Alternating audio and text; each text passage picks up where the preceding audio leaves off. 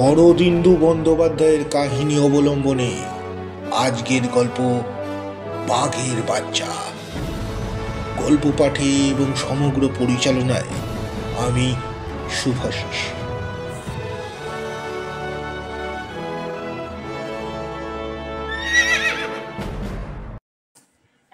পুনা গ্রাম থেকে প্রায় 7-8 ক্রোশ দক্ষিণ পশ্চিম দিকে উপত্যকা হইতে বহুর্দে গিরি সংকটের ভিতর দিয়া দুইজন সওয়ার নিম্নাভিমুখে অবতরণ করিতেছিল।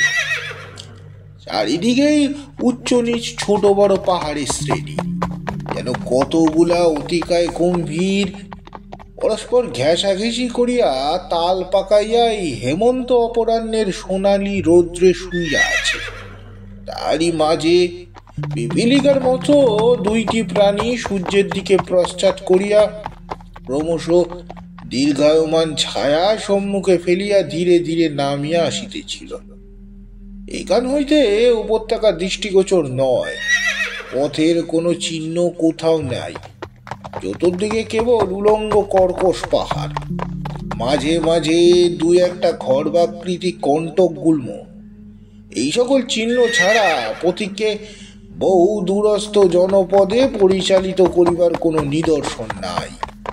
অনভিজ্ঞ ব্যক্তির পক্ষে এইরূপ স্থানে দিগ্ভ্রান্ত হওয়ার সম্ভাবনা অত্যন্ত অধিক। অশ্বারোহী দুইজন যে পথ দিয়া নামিতেছিল তাহাকে পথ বলা চলে না। বর্ষার জল চূড়া হইতে নামিবার সময় পর্বতগাত্রে যে উপল পিচ্ছিল প্রণালী রচনা করে, এইরূপ একটি প্রণালী পাহাড়ের শীর্ষ হইতে প্রায় ঋজু রেখায় পাদমূল পর্যন্ত নামিয়া গিয়াছে। সওয়ার দুইজন ঘোড়ার বলগা ছাড়িয়া দিয়া পরস্পর বাক্যালাপ করিতে করিতে চলিয়াছিল। সর্বদেহ রোমশ পাহাড়ি ঘোড়া স্বেচ্ছা মতো সেই ঢালু বিপজ্জনক পথে সাবধানে অবতরণ করিতেছিল। এই স্থানে পথ এত বেশি ঢালু যে একবার অশ্বের পদস্খলন হইলেই আরোহীর মৃত্যু অনিবার্য। কিন্তু সেদিকে আরোহীদের দৃষ্টি নাই। আরোহীদের মধ্যে একজন প্রাচীন বয়স্ক, মাথার চুল গোঁফ পাকা বর্ণ, এত বয়সও তপ্ত কাঞ্চনের ন্যায়। কপালের এক প্রান্ত হইতে অন্য প্রান্তে শ্বেত চন্দনের দুইটি রেখা বোধ করি জরাজীর্ণ ললাটকে ঢাকিয়া দিয়াছে। মস্তকে শুভ্র কার্পাস বস্ত্রের উষ্ণীয়, দেহে তুলট আঙ্গারাক্ষার ফাঁকে বাম স্কন্ধের ওপর উপবীতের একাংশ দেখা যাইতেছে। চোখে মুখে একটি দৃঢ় অচঞ্চল বুদ্ধির প্রভা। দেখিলেই বোঝা যায় ইনি একজন শাস্ত্রানুধ্যায়ী অভিজাত বংশীয় ব্রাহ্মণ। ইহার হস্তে কোনো অস্ত্র নেই, কিন্তু যেরূপ স্বচ্ছন্দ ও নিশ্চিন্ততার সহিত অবতরণশীল অশ্বপৃষ্ঠে অটল হইয়া বসিয়া আছে, তাহাতে মনে হয় কেবল ব্রহ্মবিদ্যার অনুশীলন করিয়াই ইনি জীবন অতিবাহিত করেন নাই। দ্বিতীয় অশ্বারোহী আর সম্পূর্ণ বিপরীত। বয়স বোধ করি 16 বৎসর অতিক্রম করে নাই। দেহের বর্ণ শ্যাম, কিন্তু মুখের গঠন অতিশয় ধারালো। মৃদঙ্গ সদৃশ মুখের মধ্যস্থলে সোন চঞ্চুর ন্যায় নাসিকায় অল্প বয়সেই মুখে শিকারীর মতো একটা শানিত তীব্রতা আনিয়া দিয়াছে। চক্ষু দুটি বড় বড়, চক্ষু তারকা নিবিড় কৃষ্ণবর্ণ। বালক সুলভ চঞ্চলতা সত্ত্বেও দৃষ্টি অতিশয় তীক্ষ্ণ মর্মভেদী। ওষ্ঠের ওপর চিবুকের নিম্নে ঈশামাত্র রোমরেখা দেখা দিয়াছে। তাহাও বর্ণের মলিনতার জন্য স্পষ্ট প্রতীয়মান নয়। ভ্রুযুগল সূক্ষ্ম দূর প্রসারিত। সহসাই বালককে মুখ দেখিলে একটা অপূর্ব বিভ্রম জন্মে যায়। মনে হয় যেন একখানা তীক্ষ্ণ ধার বাঁকা কৃপাণ সূর্যালোকে ঝকঝক করিতেছে। মুখ হইতে দৃষ্টি নামাইয়া দেহের প্রতি চাহিলে আরো চমক লাগে। মুখের মতো দেহের সুষ্টম নাই। প্রস্থের তুলনায় দৈর্ঘ্যে দেহ অত্যন্ত খর্ব, প্রথমেই মনে হয় অতিশয় বলশালী। কোটি হইতে পায়ে সূর্যরা নাগরা জুতো এবং প্রাণসার অথচ ক্ষীণ, মৃগচরণের মতো যেন অতি দ্রুত দৌড়াবার জন্যই সৃষ্টি হইয়াছে। কিন্তু কোটি হইতে ঊর্ধ্বে দেহ ক্রমশ প্রশস্ত হইয়া বক্ষস্থল এরূপ বিশাল আয়তন ধারণ করিয়াছে যে বিস্মিত হইতে হয়। আরো অদ্ভুত তাহার দুই বাহু, আজানুলম্বিত বলিলেও যথেষ্ট হয় না। সন্দেহ হয় ঘোড়ার পিঠে বসিয়া হাত বাড়াইলে মাটি হইতে উপলখণ্ড তুলিয়া লইতে পারে। তাহার ওপর যেমন সুপুষ্ট তেমনি পেশিবহুল।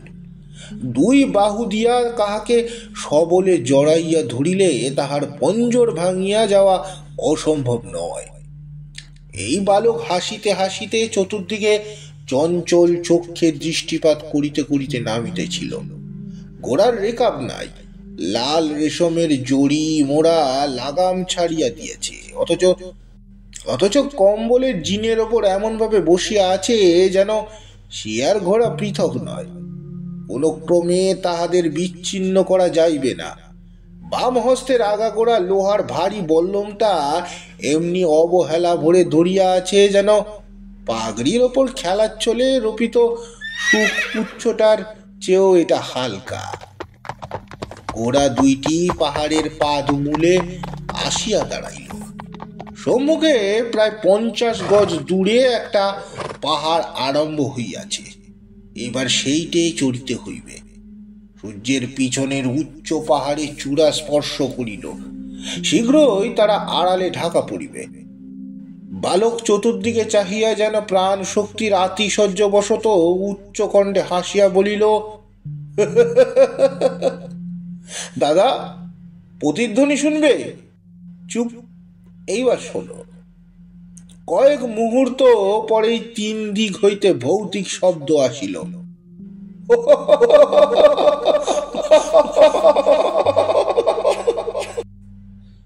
বালক অঙ্গুলি নির্দেশ করিয়া উত্তর দিকের একটি উচ্চ পর্বত শৃঙ্গ দেখাইয়া বলিল, ওইটে সবচেয়ে দূরে। আওয়াজ ফিরে আসতে কত দেরি হলো দেখলে? চোখে দেখে কিন্তু বোঝা যায় না কোনটার কাছে কোনটা দূরে। অন্ধকার রাত্রে পথ হারিয়ে গেলে প্রতিধ্বনি ভারী কাজে লাগে না দাদু?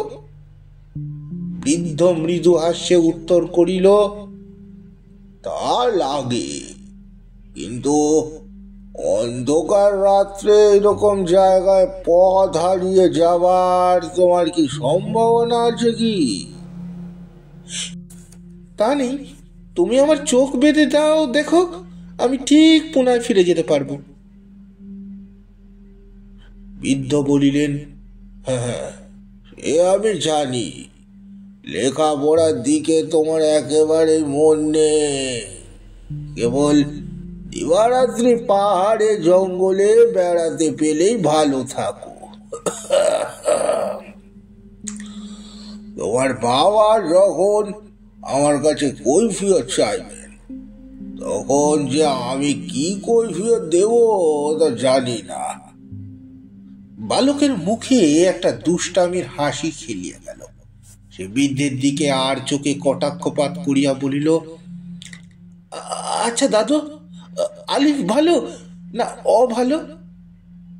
বাদিক থেকে ডান দিকে লেখা সুবিধে না ডান দিক থেকে বাঁ দিকে? বৃদ্ধ বিরক্ত হইয়া বলিলেন, এ তুমি বুঝবে না। 16 বছর বয়স হলো, এখনো তুমি নিজের নাম সই করতে শিখলে না। তোমার লেখাপড়ার চেষ্টা করাই বৃথা। কিন্তু জঙ্গলে শিকারের দিকেও তো তোমার মন নেই দেখতে পাই। আর সারা দিন ঘুরে একটা খরগোশও মারতে পারলে না। বালক আক্ষেপে হস্ত উৎক্ষিপ্ত করিয়া বলিল, খরগোশ খরগোশ আমি মারতে পারি না, আমার ভারী মায়া হয়। ওইটুকু জানোয়ার, হিংসার লেশ নেই শরীরে, খালি প্রাণপণে পালাতে জানে। বৃদ্ধ জিজ্ঞাসা করিলেন, তবে কোন জানোয়ার মারতে চায় শুনি? বাঘ? উৎসাহ প্রদীপ্ত চোখে কিশোর বলিল, হ্যাঁ বাঘ। এই পাহাড়ের বাঘ পাওয়া যায় না দাদু? বৃদ্ধ মাথা নাড়িয়া বলিলেন, না, শুনেছি আরো দক্ষিণে পাহাড়ের গুহায় বাঘ আছে, কিন্তু তুমি বাঘ মারবে কি করে? কিশোর বলিল, কেন? এই বললাম দিয়ে মারবো, মাটিতে সামনাসামনি দাঁড়িয়ে মারবো। ভয় করবে না? ভয়? বালক উচ্চ হাস্য আবার চারিদিকে প্রতিধ্বনি তুলল। দাদু, আচ্ছা আচ্ছা দাদু, ভয় জিনিসটা কি আমাকে বুঝিয়ে বলতে পারো? সকলের মুখে তো ওই কথাই শুনতে পাই, কিন্তু ওটা যে কি পদার্থ তা তো বুঝতে পারি না। ভয় কি ক্ষুধার মতো একটা প্রবৃত্তি? দাদু বলিলেন, ভয় কি তা বুঝতে পারবে যেদিন প্রথম যুদ্ধে নামবে, সেদিন হাতিয়ার বৃন্দ শত্রুকে সামনে দেখতে পাবে। বালকও কি একটা যেন বলতে গেল, কিন্তু পরক্ষণেই নিজেকে সংবরণ করিয়া চুপ করিয়া ভাবিতে লাগিল। দাদু বলিলেন, আমি বড় বড় বীরের মুখে শুনেছি যে তারাও প্রথম শত্রুর সম্মুখীন হয়ে ভীষণ ভয় পেয়েছে। এতে লজ্জার কিচ্ছু নেই। এই ভয়কে জয় করাই প্রকৃত বীরত্ব। সূর্য গিরিশৃঙ্গের অন্তরালে অদৃশ্য হইল। সঙ্গে সঙ্গে নিম্নভূমির ওপর ছায়া একটা সূক্ষ্ম জবনিকা পড়িয়া গেল। আরো ঊর্ধ্বে নীল আকাশে একখণ্ড মেঘ সিন্দুর বর্ণ ধারণ করিয়া জ্বলিতে লাগিল। দাদু তাহার নিজের অশ্ব সম্মুখে চালিত করিয়া কহিলেন, আর দেরি নয়, সন্ধ্যা হয়ে আসছে, এখনো দুটো পাহাড় পার হতে বাকি, পুনা পৌঁছাতে রাত হয়ে যাবে। বালক তাহার অনুগামী হইয়া বলিল, তাহলে বা আমি তোমাকে পথ দেখিয়ে ঠিক নিয়ে যেতে পারবো। দাদু বলিলেন, রাত্রে সব পাহাড় পর্বত একদম নিরাপদ নয়। শোনি, এদিকের গায়ে বস্তিতে আজকাল প্রায় লুটতরাজ হচ্ছে। বালক ভারী বিস্ময় প্রকাশ করিয়া বলিল, তাই নাকি? কই, আমি তো শুনিনি কারা লুটতরাজ করছে। দাদু বলিলেন, তা কেউ জানে না। বোধ হয় এই দিকের বুনো পাহাড়ি মাউলিরা ডাকাতি করছে। বিজাপুর এলাকায় 3-4টে বড় গ্রাম 4 মাসের মধ্যে লুট হয়ে গেছে। শুনতে পাই তাদের সর্দার একজন ছোকরা লোহার সাজোয়া মুখোশ পরে ঘোড়ায় চড়ে লুটগুলোয় ডাকাতি করতে যায়। চোরাটা নাকি ভয়ঙ্কর কালো, বেটে আর জোয়ান। বালক তার হাতের বল্লমটা খেলার ছলে ঘুরাইয়া তাচ্ছিল্য করে জিজ্ঞাসা করিল, তাই নাকি? তুমি এত কথা কোথা থেকে জানলে দাদু? দাদু পাহাড়ে ঘোড়া চড়াইতে চড়াইতে বলিলেন, এই অঞ্চলের দেশমুখরা দরবারে নালিশ করতে এসেছিল। তাদের বিশ্বাস ডাকাতের সর্দার পুনার লোক। দাদুর পশ্চাতে বালকও পাহাড়ে উঠিতে উঠিতে জিজ্ঞাসা করিল, তোমরা দরবার থেকে কি ব্যবস্থা করলে? কিছুই করা হয়নি। দেশমুখদের তোমার বাবার কাছে বিজাপুরে পাঠিয়ে দিয়েছি। বালক পশ্চাতে থাকিয়া মিটিমিটি হাসিতেছিল। দাদু তাহা দেখিতে পাইলেন না। কিছুক্ষণ আর কোনো কথা হইল না। পাহাড়ের পিঠের ওপর উঠিয়া দুইজনে ক্ষণকাল পাশাপাশি দাঁড়াইলেন। এখানে আবার সূর্য কিরণ আসিয়া বালকের বল্লমের ফলাটায় যেন আগুন ধরাইয়া দিল। সম্মুখে পাহাড় তলিতে তখনও ঘোর ঘোর হইয়া আসিয়াছে। নিচের দিকে দৃষ্টিপাত করিয়া বালক বলিল, আচ্ছা দাদু, এখন যদি আমাদের আক্রমণ করে ডাকাত, তুমি কি করো? দাদু ক্ষিপ্ত ভঙ্গিতে একবার চতুর্দিকে চাহিয়া বলিলেন, কি আর করি, তাদের সঙ্গে লড়াই করি। তারা যদি 50 জন হয় তাহলেও লড়ি। বালক বলিল, কিন্তু সে যে ভারী বোকামো হবে দাদু, 50 জনের সঙ্গে লড়াই করে তুমি পারবে কেন?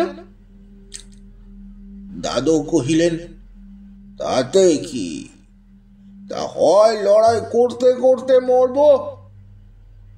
বালক বিস্মিত হইয়া কহিল, কিন্তু এইরকম মরে তো লাভ নেই দাদু। তারপর মাথা নাড়িয়া বলিল, আমি কিন্তু লড়ি না, তীরের মতো একটা ধার বেয়ে পালাই, এত জোরে পালাই যে ডাকাতের বর্ষা আমাকে ছুঁতেও পারবে না। ক্ষুদ্র বিস্ময়ে দাদু বলিল, ও ত্রিয়ের ছেলে, তুমি দুশ্মনের সামনে থেকে পালাবে, এই না বলেছিলে ভয় কাকে বলে জানো না? বালক বলিল, ভয়? পালানোর সঙ্গে ভয় সম্পর্ক কি? পালাবো কারণ পালালেই তো আমার সুবিধে হবে, পরে ডাকাতদের জব্দ করতে পারবো, আর লড়ে যদি মরেই যাই তাহলে তো ডাকাতদের জিত হলো, তাই না?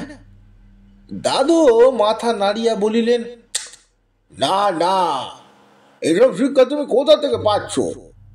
না লড়ে পালিয়ে যাওয়া ভয়ঙ্কর কাপুরুষতা।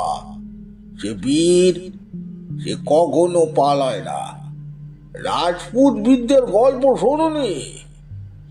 বালক বলিল, রাজপুতদের গল্প শুনলে আমার গা জ্বালা করে, তারা শুধু লড়াই করতে পারে, একটুকু বুদ্ধি নেই।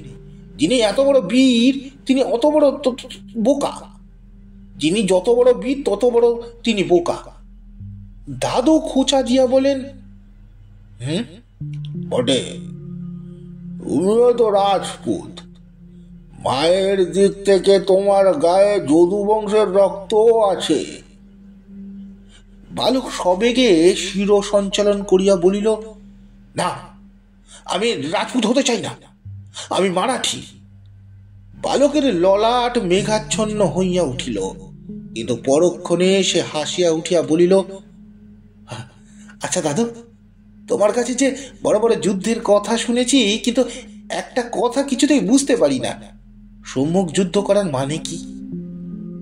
দাদু সহসায় প্রশ্নের উত্তর দিতে পারিলেন না, শেষে বলিলেন, সম্মুখ যুদ্ধ, সম্মুখ যুদ্ধ মানে সামনাসামনি যুদ্ধ, শক্তি পরীক্ষা। যে শক্তি বেশি যার, সেই জিতবে, আর যার শক্তি কম আর সে যদি চালাকি করে জিতে যায়, সে তো আর ধর্মযুদ্ধ হলো না। নাই বা হলো, যুদ্ধে হার জিতি তো আসল, ধর্মযুদ্ধ হলো কিনা দেখে লাভ কি? দাদু অনেকক্ষণ বালকের জিজ্ঞাসু মুখের দিকে চাহিয়া রহিলেন, শেষে দুঃখিত ভাবে ঘাড় নাড়িয়া বিড় করিয়া বলিলেন, বাপের স্বভাব 16 আনা পেয়েছ, তেমনি ধূর্ত আর হুঁশিয়ার, সর্বদাই লোকসানের আর লাভের দিকে নজর। আর শুধু বাপ কেন, বংশটাই তো ধূর্ত। মালজি ভোসলে যদি চালাকি করে যদু বংশের মেয়ে ঘরে না আনতো, তাহলে ভোসলে বংশ চিনত কে? আর শাহজি এত বড় জায়গিরদার হতো কোথা থেকে? পলকের মধ্যে বালকের সংশয়পূর্ণ মুখের ভার পরিবর্তন হলো।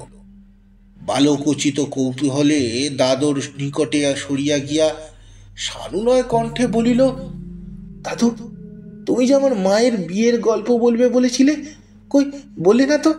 বলো না দাদু, কি করে ঠাকুরদা যদুবংশী মেয়ে ঘরে আনলেন?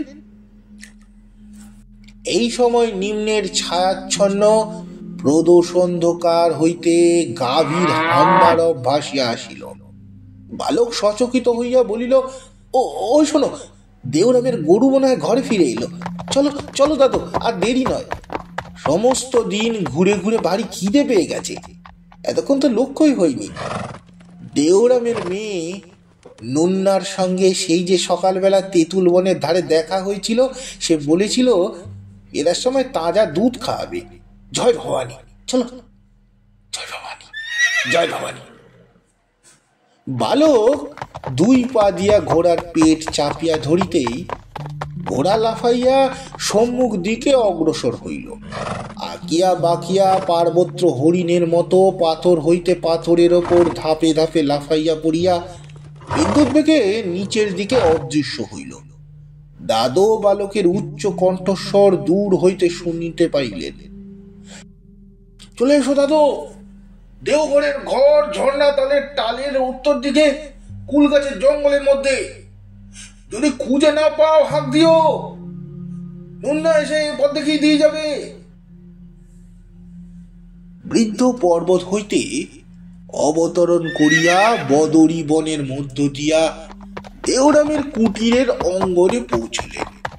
তখন দেখিলেন একটি 12-13 বছরের মাউলি চাষার মেয়ে একটি ক্ষুদ্রকায় গাভীকে দোহনের চেষ্টা করিতেছে এবং বালক ঘোড়া ছাড়িয়া গিয়া অদূরে দাঁড়াইয়া সকৌতুকে সেই দৃশ্য দেখিতেছে। গাভীটা বোধহয় অপরিচিত ব্যক্তি ও ঘোড়া দেখিয়া ভয় পাইয়াছে, তাই কিছুতেই স্থির হইয়া দাঁড়াইয়া দুগ্ধ দহন করিতে দিতেছে না। চেষ্টা করিবা মাত্র সরিয়া সরিয়া যাইতেছে। মেয়েটি বিব্রত হইয়া বলিল, তুমি ওর শিং দুটো একবার ধরো না, নইলে বজ্জাত গরু কিছুতেই দুইতে দেবে না। বালক গরুর শিং ধরিবার কোনো চেষ্টা না করিয়া তামাশা করিয়া বলিল, তুই কেমন মাওলার মেয়ে, গাই দুইতে জানিস না? দাঁড়া, বিশুয়াকে বলে দেবো, সে আর তোকে বিয়ে করবে না। ক্ষুদ্র লজ্জায় নুন্না এতটুকু হইয়া গেল। সে বলিল, তোমার ঘোড়া দেখেই তো আজ অমন করছে, নইলে আমি তো রোজ দুই। বালক মুরুব্বিয়ানা দেখাইয়া বলিল, হ্যাঁ দুই, আর বড়াই করতে হবে না, দে আমার ঘটি দে, আমি ধুয়ে দিচ্ছি। নুন্না বলিল, না তুমি পারবে না, আমি আর বাবা ছাড়া কেউ ওকে দুইতে পারে না, তোমাকে ও এক্ষুনি ফেলে দেবে। বালকের আত্মাভিমানে আঘাত লাগিল। সে তর্জন করিয়া বলিল, কি ফেলে দেবে? দেখি তো কেমন গরু, দেখোটি। নুন্নার হাত হইতে জোর করিয়া ঘটি কাড়িয়া লইয়া বালক দুগ্ধ দহন করিতে বসিল। গরুটা ঘাড় বেঁকাইয়া একবার দহনকারীকে দেখিয়া লইয়া চক্রাকারে ঘুরিতে আরম্ভ করিল, কিন্তু বালকও ছাড়িবার পাত্র নয়। ঘটি লইয়া মুখে রীতিমকার ইতিসূচক শব্দ করিতে করিতে তাহার পশ্চাদে ঘুরিতে লাগিল।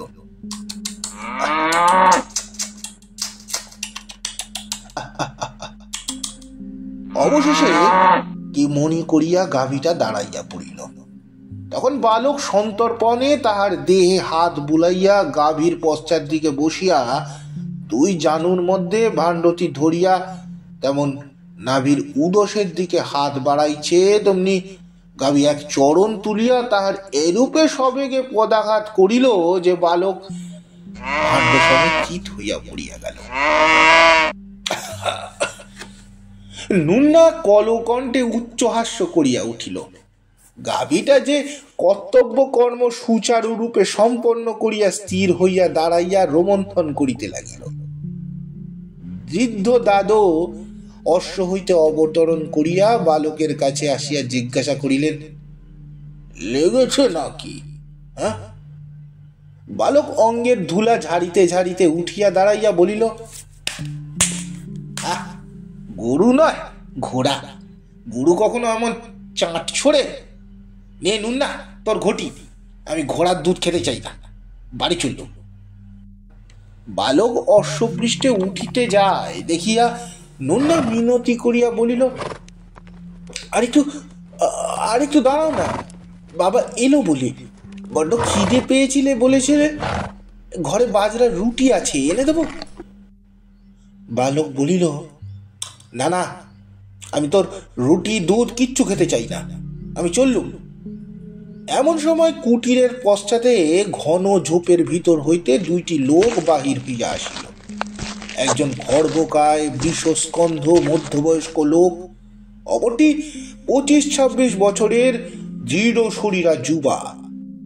হাতের বল্লম কুটিরের গায়ে হেলাইয়া রাখিয়া মধ্যবয়সী লোকটি দ্রুত পদে আসিয়া বালকের ঘোড়ার রাশ ধরিল। বালক তখন ঘোড়ার ওপর চড়িয়া বসিয়াছে। লোকটি সানুনয় নিম্ন কণ্ঠে বলিল, রাজা, ঘোড়া হইতে নামো, দুধ না খেয়ে যেতে পাবে না। যুবকটিও এতক্ষণে সসভ্রম হাস্য উদ্ভাসিত মুখে নিকটে আসিয়া দাঁড়াইয়াছিল। বালক একলম্ফে ঘোড়া হইতে নামিয়া দৌড়াইয়া গিয়া নন্নার চুলের মুঠি ধরিল। তাহাকে চুল ধরিয়া টানিতে টানিতে যুবকের সম্মুখে লইয়া গিয়া প্রায় তাহার বুকের ওপর ফেলিয়া দিয়া বলিল, এই নে বিশুয়া, এটাকে তুই ঘরে নিয়ে যা, তোর সঙ্গে ওর বিয়ে দিল। যদি বজ্জাতি করে খুব পিটিবি। আর এই হতবাগা গরুটাকে তুই নিয়ে যা, ওটা হলো তোর বিয়ের যৌতুক। নন্না বালকের হাত ছাড়াইয়া কুটিরের ভেতর পলাইয়া গেল। বিশুয়া হাসিতে হাসিতে হেট হইয়া বালকের পদস্পর্শ করিয়া বলিল, তুমি যখন দিলে রাজা, তখন আমার ভাবনা কি? এবার ঘোড়ার পিঠে তুলে ওকে ঘরে নিয়ে যাব। কি বলো দেওরাম? দেওরাম গম্ভীরভাবে একটু হাসিয়া বলিল, তা যাস, রাজা যখন তোর হাতে নন্নাকে দিয়েই দিয়েছে, তখন আর আমি কি বলবো? আর আমি নন্নার মন জানি, তোকেই বিয়ে করতে চায়। এই সময় নন্নার হাসি মুখ কুঠিরের ভিতর হইতে পলকের জন্য দেখা গেল। সে সশব্দে কুঠিরের দ্বার বন্ধ করিয়া দিল। দেওরাম ভূপতিত ঘটিটা তুলিয়া দুগ্ধ দহনে প্রবৃত্ত হইল। এটা এবার আর কোনো আপত্তি করিল না। বৃদ্ধ দাদু এতক্ষণ অদূরে দাঁড়াইয়া ইহাদের কথাবার্তা শুনিতেছিলেন। তাহার মুখে সংশয় ও সন্দেহের ছায়া ঘনীভূত হইতেছিল। এই নির্জন বনের মধ্যে একমাত্র কুঠির, আর তাহার অধিবাসী এই ভীমকায় দেওরাম। ইহারা কে এবং বালকের সহিত ইহাদের পরিচয় হইল কি রূপে? তিনি অগ্রসর হইয়া বিশুয়াকে জিজ্ঞাসা করিলেন, তোমরা একে চিনলে কি করে? নিমেষের মধ্যে বিশুয়ার বালকের চোখে চোখে এক ইঙ্গিত খেলিয়া গেল। বিশুয়ার মুখ ভাবলেশহীন হইয়া গেল এবং সে কিছুক্ষণ নীরব থাকিয়া বলিল, দরবারে ওকে দেখেছি, উনি জাগিরদারের ছেলে। বৃদ্ধ সন্দিগ্ধভাবে পুনশ্চ প্রশ্ন করিল, তোমরা ওকে রাজা বলছো কেন? বিশুয়া কোনো উত্তর খুঁজিয়া পাইল না। দুগ্ধ দহন করিতে করিতে দেওরাম জবাব দিল, জাগিরদারের ছেলে, উনি একদিন মালিক হবেন, তাই রাজা বলে ডাকি। দাদু উত্তরে সন্তুষ্ট হইলেন না, বলিলেন, ইনি জাগিরদারের মেজ ছেলে, তাও জানো না? সে যাক। বালকের দিকে ফিরিয়া জিজ্ঞাসা করিলেন, কিন্তু তুমি এদের ছিলে কি করে? বালক অত্যন্ত সরলভাবে উত্তর দিল, শিকার করতে এসে এদের সঙ্গে ভাব হয়েছে দাদু। তুমি তো প্রত্যেকবার আমাকে সঙ্গে আনো না, তাই জানো না।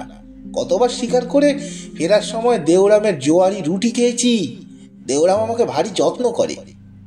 দাদু বালকের ছলনাহীন মুখের দিকে কিয়ৎকাল তীক্ষ্ণ দৃষ্টিতে তাকাইয়া থাকিয়া শুধু কহিলেন, মনে মনে ভাবিলেন, তোমার গতিবিধির ওপর এখন একটু বিশেষ লক্ষ্য রাখিতে হইবে। ব্যাপার ঠিক বোঝা যাইতেছে না। ধারুষ্ণ দুধের পাত্র আনিয়া দেওরাম বালকের হাতে দিল। বালক জিজ্ঞাসা করিল, দাদু, তুমি খাবে না? না, তুমি খাও, আমার এখনো আহ্নিক বাকি। দুগ্ধপাত্র দুই হস্তে ধরিয়া বালক অদূরে এক শিলাখণ্ডের ওপর গিয়া বসিল। দেওরামও তাহার অনুবর্তী হইয়া পাশে গিয়া দাঁড়াইল। এক চুমুক দুগ্ধ পান করিয়া বালক অন্যমনস্কভাবে আকাশের ওপর তাকাইয়া নিম্ন স্বরে বলিল, পরশু অমাবস্যা। দেওরামও অলসভাবে ঊর্ধ্বে দৃষ্টি দিয়া অস্ফুট স্বরে বলিল, হ্যাঁ, লোক সব তৈরি আছে। কোথায় থাকতে হবে? রাক্ষস মুখ গুহার মধ্যে। আমি দেড় প্রহর রাত্রে আসব। 25 জনের বেশি লোক যেন না হয়। বেশ, এবার কোন দিকে যাওয়া হবে? উত্তর দিকে। উত্তর দিকে? দক্ষিণে আর নয়, এদিকে বড় হইচই হয়েছে, দরবার পর্যন্ত খবর গেছে। দাদু তাহাদের দিকে লক্ষ্য করিতেছেন। দেখিয়া দেওরাম প্রকাণ্ড একটা হাই তুলিয়া অপেক্ষাকৃত উচ্চ কণ্ঠে বলিল, আচ্ছা, হরিণ কিন্তু এদিকে পাওয়া যায় না। বালক বাকি দগ্ধটুকু নিঃশেষে পান করিয়া উঠিয়া দাঁড়াইয়া সহজভাবে বলিল,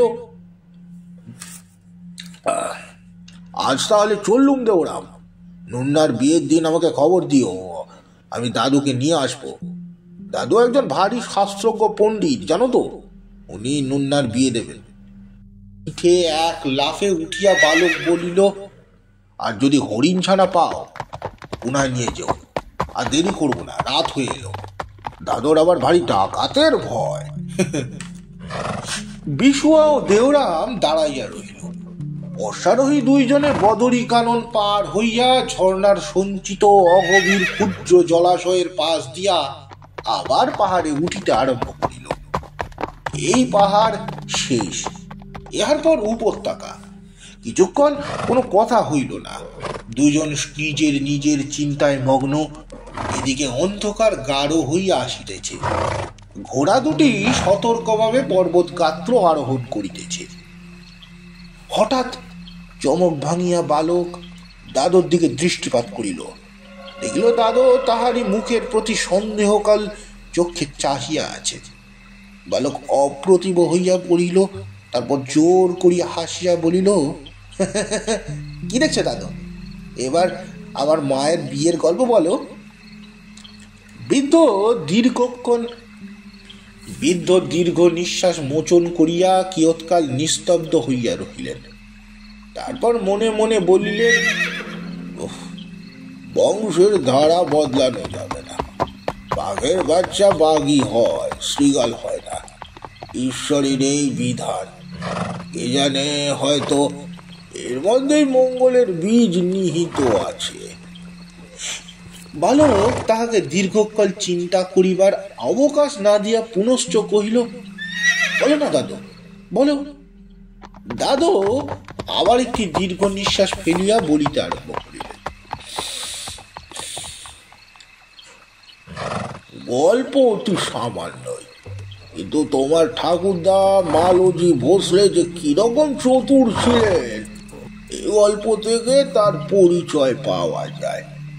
তোমার মাতুল বংশের মতো এত বড় বিখ্যাত যশস্বী বংশ দাক্ষিণাত্যে খুব অল্পই আছে।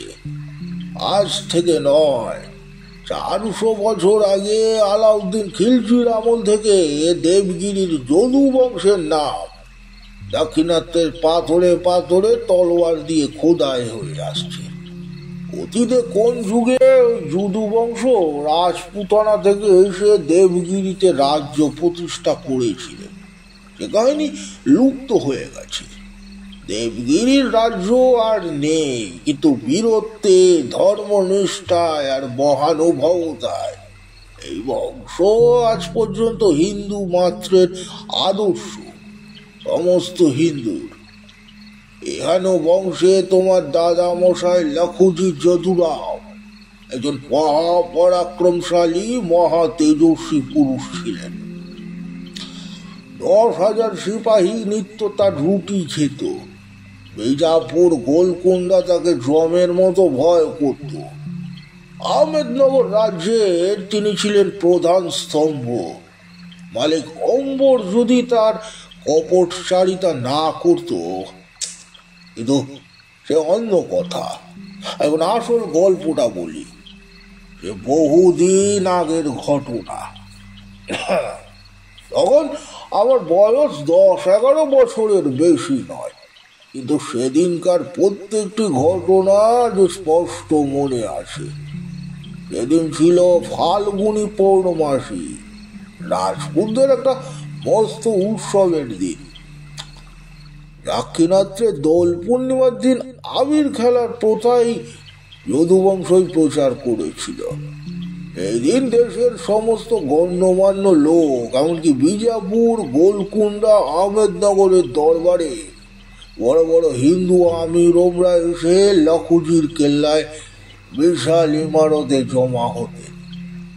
অবশ্য রাত্রি দিন ব্যাপী উৎসব চলত, ফাগ রং সুরার স্রোত বয়ে যেত। এবার লক্ষজিৎ প্রকাণ্ড প্রাসাদের দরবারের ঘরে মজলিস বসেছে, মেঝের ওপর পার্সি গালিচা পাতা, তার উপর অনেকে বসেছেন। দরবারে লোকে লোকারণ্য, সিপাহী থেকে সর্দার পর্যন্ত সকলের অবাধ যাতায়াত। সামান্য সৈনিক ৫,০০০ সর্দারের মুখে আবির মাখিয়ে দিচ্ছে, বনসবদার সিপাহীকে মাটিতে ফেলে মুখে মদ ঢেলে দিচ্ছে, হাসির ফোয়ারা ছুটছে। ছোট বড় উচ্চ নিচের কোনো প্রভেদ নেই। এই একদিনের জন্য সকলেই সমান, সবাই আমোদে মত্ত। সবার মাঝখানে মস্ত বড় এক চাঁদির থালায় আবির স্তূপকৃত রয়েছে। সেই থালা ঘিরে প্রধান প্রধান অতিথিরা বসেছেন। পান দান, গোলাপ পাশ, আতর দান ছড়ানো রয়েছে। স্বয়ং লক্ষজি এখানে আসে, তোমার ঠাকুরদা মালজিও আসে। মালজি তখন লক্ষজির অনুগৃহীত একমাত্র সামান্য সর্দার মাত্র, কিন্তু উদ্বুদ্ধি আর রণ নৈপুণ্যের জন্য লক্ষজি তাকে ভারী স্নেহ করতেন। তাই মালজি সাহস করে সবাই এসে বসেছে। সকলের মুখে আবিরের প্রলেপ, দেহের বস্ত্র বীরজাই রঙের রক্তবর্ণ, চক্ষু ঢুলু ঢুলু। এখানে গানের মজলিস বসেছে, আরো অনেক লোক চারিদিক ঘিরে দাঁড়িয়েছে, গান শুনছে আর মজা করছে। গান গাইছে আহমেদনগরের এক বুড়ো ওমরাও, নাম ভুলে গেছি, ব্যস্ত ওস্তাদ বলে তার খ্যাতি ছিল। গড়গড়া টানতে টানতে হঠাৎ তিনি বসন্ত রাগের এক টান মারলেন। চুরের ধমকে পাকা গোপ থেকে একটা আবির উড়ে গেল। তোমার ঠাকুরদা মালজি সারঙ্গী কোলে করে ওস্তাদের পেছনে বসেছিলেন। তিনি সঙ্গে সঙ্গে সঙ্গত আরম্ভ করলেন। লক্ষজি নিজে মৃদঙ্গ বাজাতে লাগলেন। গান থামলে প্রশংসা ধ্বনির একটা ঝড় বয়ে গেল। লক্ষজি পাখোয়াজ ফেলে এক তোলা আম্বুরি আতর গায়কের গোফে মাখিয়ে দিয়ে দাড়ি ধরে নেড়ে দিয়ে বললেন, কত কিয়া বিবি, একটু ফরমাও। বৃদ্ধ দন্তহীন হাসি হেসে আবার গান ধরলেন। বিরাট হাসির একটা কল্লা পড়ে গেল। লক্ষজি ওস্তাদকে কোলে তুলে নৃত্য আরম্ভ করে দিলেন। এই আনন্দ দিন গিয়েছে এখন স্বপ্ন বলে মনে হয়।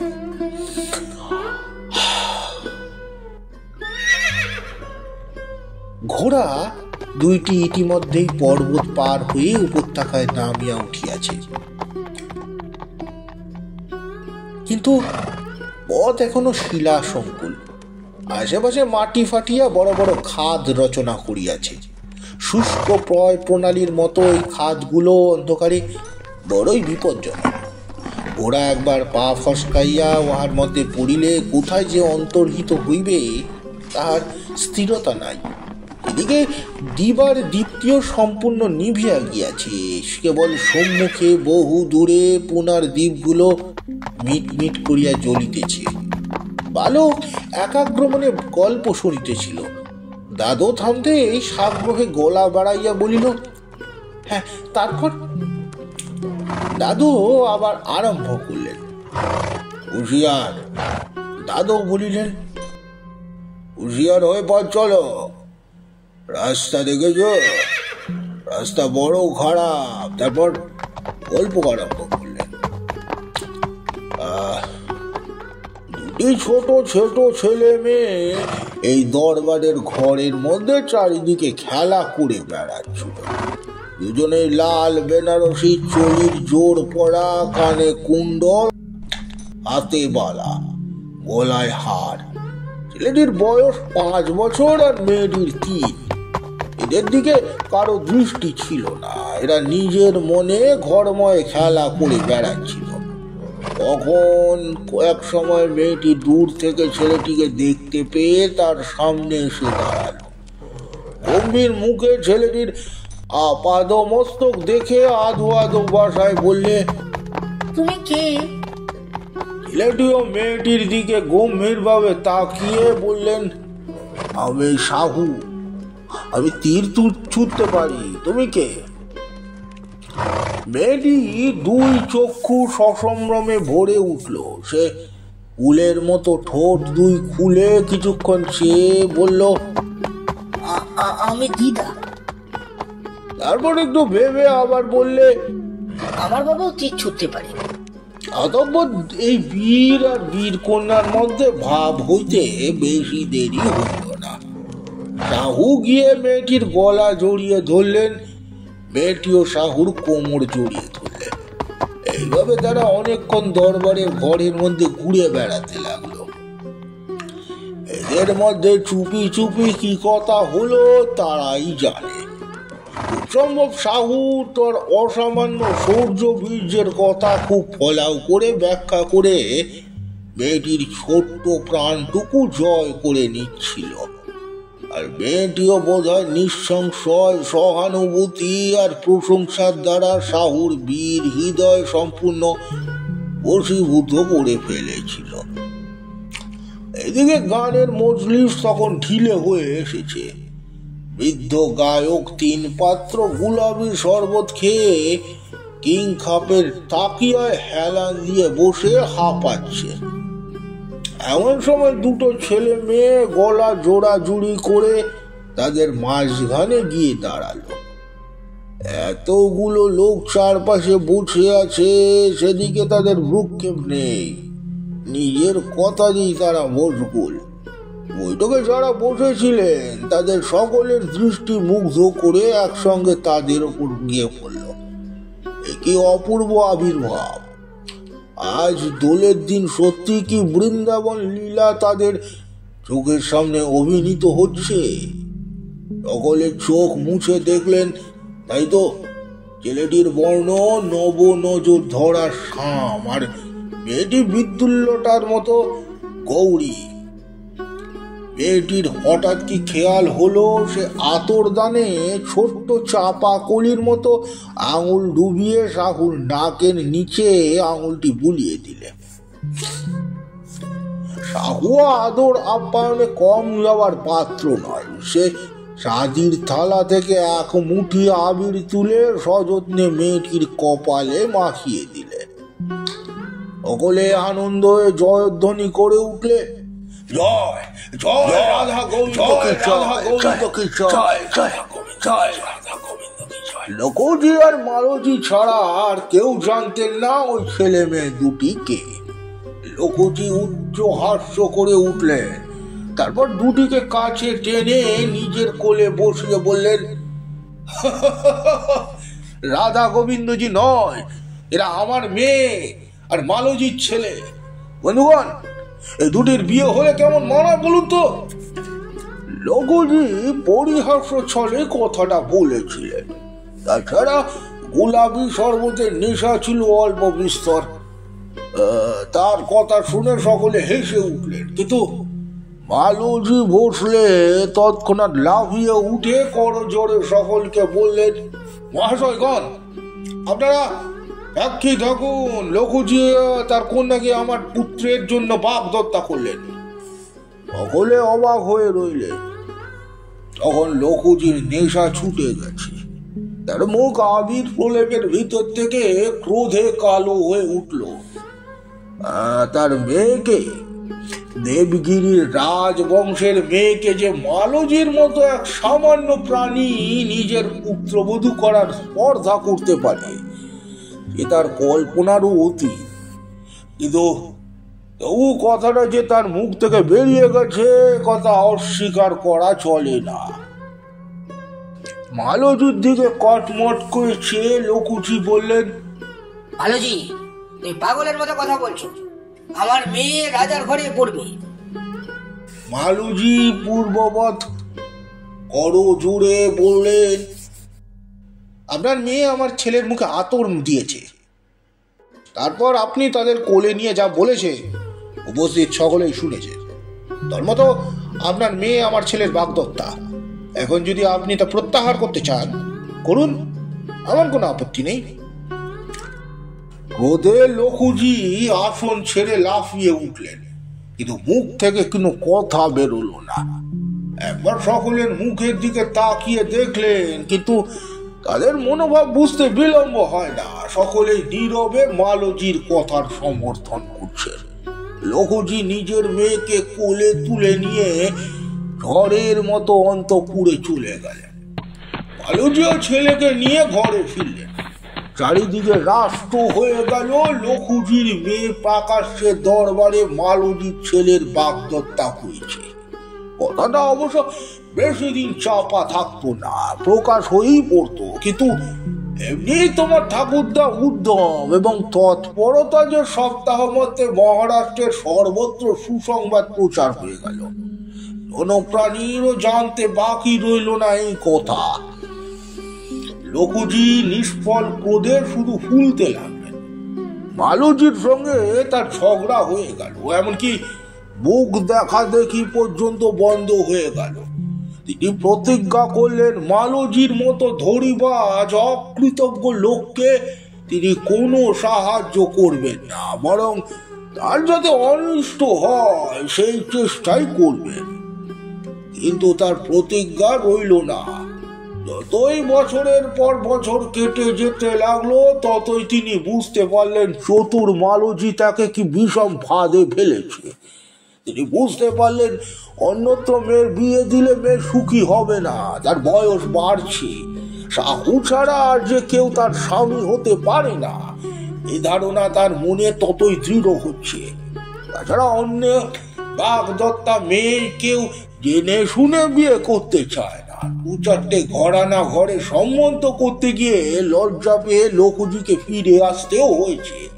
শেষ পর্যন্ত তিনি দেখলেন সাহু ছাড়া জিজার আর কেউ গতি নেই। এইভাবে 9-10 বছর কেটে গেছে। মালতীর কপালের জোরে বুদ্ধি বলে খুব উন্নতি করেছে, অনেক বিষয় সম্পত্তিও হয়েছে। লখুজির বিদ্বেষ ও অনিচ্ছা ক্রমে কমতে আসতে লাগলো। তারপর একদিন মালতী নিজের বাড়িতে ডেকে পাঠিয়ে তাকে আলিঙ্গন করে বললেন, ভাই, আমারই ভুল, জিজাকে তুমি তোমার ছেলের জন্য নিয়ে যাও। ব্যাস, আর কি, এখানে গল্প শেষ। মালতীর মতলব সিদ্ধ হলো। মহা ধুমধাম করে তোমার বাপের সঙ্গে তোমার মায়ের বিয়ে হয়ে গেল। তখন তোমার মার বয়স ওই 13 বৎসর আর সাহুজির 15। বিয়ের রাতে তোমার মার যে হাসি মুখ আজও আমার মনে আছে।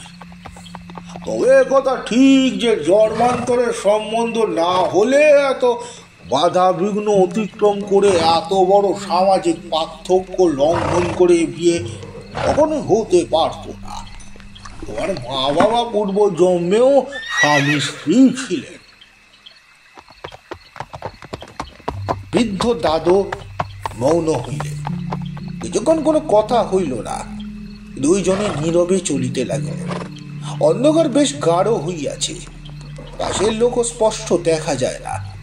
দাদু লক্ষ্য করিয়া দেখিলেন বালক 2 কর যুক্ত করিয়া ললাটে ঠেকাইয়া বারংবার তাহার উদ্দেশ্যে নমস্কার করিতেছে। দাদু কথা কহিলেন না। অপূর্ব আবেগ ভরে তাহার শরীর রোমাঞ্চিত হইয়া উঠিল। কিয়ৎকাল পরে এক দীর্ঘ নিঃশ্বাস ত্যাগ করিয়া অর্ধস্ফুট স্বরে বালক বলিল, কি সুন্দর গল্প। আমার মার মতো এমন মা পৃথিবীতে কারো নেই, না দাদু? না, তোমার মায়ের মতো এমন অসামান্য নারী আর কোথাও নেই। এই 3 বছর বয়স থেকে আজ পর্যন্ত দেখে আসছি, এমনটি আর কখনো দেখিনি। পূর্ণ হৃদয় লইয়া দুইজনে নীরব হইলেন। ক্রমে পুনার আলোক নিকটবর্তী হইতে লাগিল। পথ সমতল অনুদ্গাত হইল। হর্ষোদয় আশু গৃহে পৌঁছিবার আশায় দ্রুত বেগে চলিতে আরম্ভ করিল। পুনায় পৌঁছতে যখন পাদক্রোশ মাত্র বাকি আছে, তখন কেউ একজন সম্মুখের অন্ধকার হইতে উচ্চস্বরে হাঁকিল, ও শিববা হো, ও দাদুজি।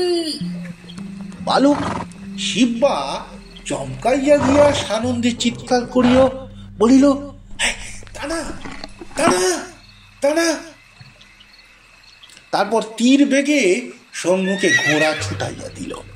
অন্ধকারে তানাজি মালসার ঘোড়ার ওপর বসিয়াছিল। শিববা প্রায় তাহার ঘাড়ের ওপর গিয়া পড়িল। তানাজি তিরস্কারের স্বরে বলিলেন, আজ কি বাড়ি ফিরতে হবে না? কোথায় ছিল এতক্ষণ? মা কতক্ষণ ভাবছেন, শেষে থাকতে না পেরে আমাকে পাঠালেন। শিববা ঘোড়ার ওপর হইতেই তানাজির গলা জড়াইয়া ধরিয়া বলিল, মা কোথায় রে তানা? তানাজি কহিল, কোথায় আমার? বাড়িতে দোরগোড়ায় দাঁড়িয়ে পথের পানে চেয়ে আছে। তোমার এত দেরি হলো কেন? গলা খাটো করিয়া বলিল, আরে দেওরাবের সঙ্গে দেখা হলো নাকি? দেখি কি খবর হবে। শিবা অন্য মনস্ক হইয়া বলিল, খবর ভালো, অবসর রাতে সব ঠিক আছে। চল চল দানা, শিগগির বাড়ি যাই। মাকে সমস্ত দিন দেখিনি, ভারী মনটা কেমন কেমন করছে। দুই বন্ধু তখন নীল প্রতিগামী পাখির মতো দ্রুত বেগে গৃহের দিকে অগ্রসর হইল। বৃদ্ধ দাদুজি কন্ডু বহু দূরে পশ্চাতে পড়িয়া রহিলেন।